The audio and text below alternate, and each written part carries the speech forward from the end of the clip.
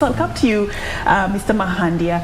I'll borrow from your legal mind a little bit. Just talk to me about how we have protected and safeguarded, the principles of integrity when it comes to leadership.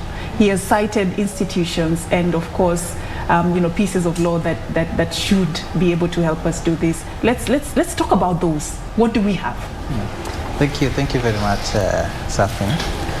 When you started, you mentioned about Chapter 6 of the Constitution, and for those who might not be aware, that's an entire chapter in the Constitution dedicated to ethics and morals and values of leadership and integrity.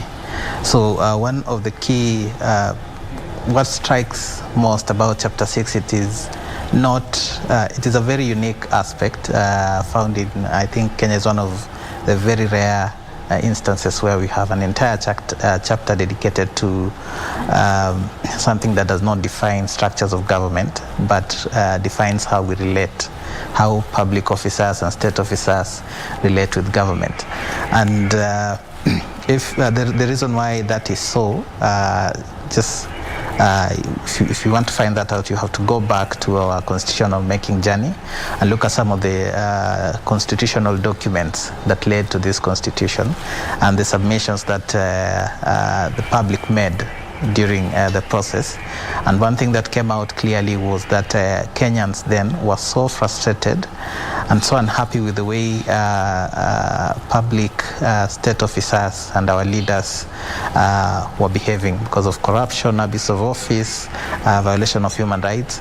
And Kenyans were so aggrieved and saddened by that state that the committee of experts decided to dedicate an entire chapter just to define ethical and moral standards. It was that serious. It was that serious.